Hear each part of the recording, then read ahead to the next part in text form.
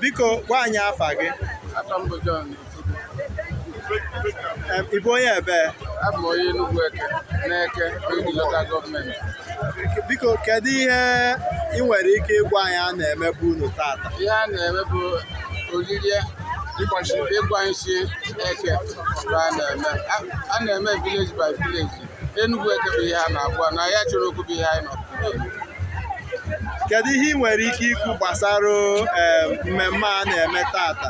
Kedu ozi ị nwere izi the younger generation maka mmemme a? The younger generation ozi anyị na-ezi ha bụ ha hapụkwa ịhafụ omenala a bụ ịgwa nshi because na ihe eji wee mara Eke and ọ na-enye anyị joy.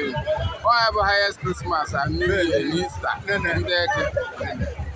Daalụ, ndị na-ekene gị bụ Eke TV. Eke TV bụ ndị na-akwalite ihe niile a na-eme n'Eke ma na-akwalite ihe ụmụnne anyị ndị nwoke na ndị nwaanyị na-emeche ihe wee na-agara anyị n'Eke be anyị. Daalụ, anyị na-ekene gị na-asị gị nnọọ ma na-asịkwa gị congratulations on your latest appointment n'Enugu State. Thank you very much. God bless you. Thank you, sir. Daalụ.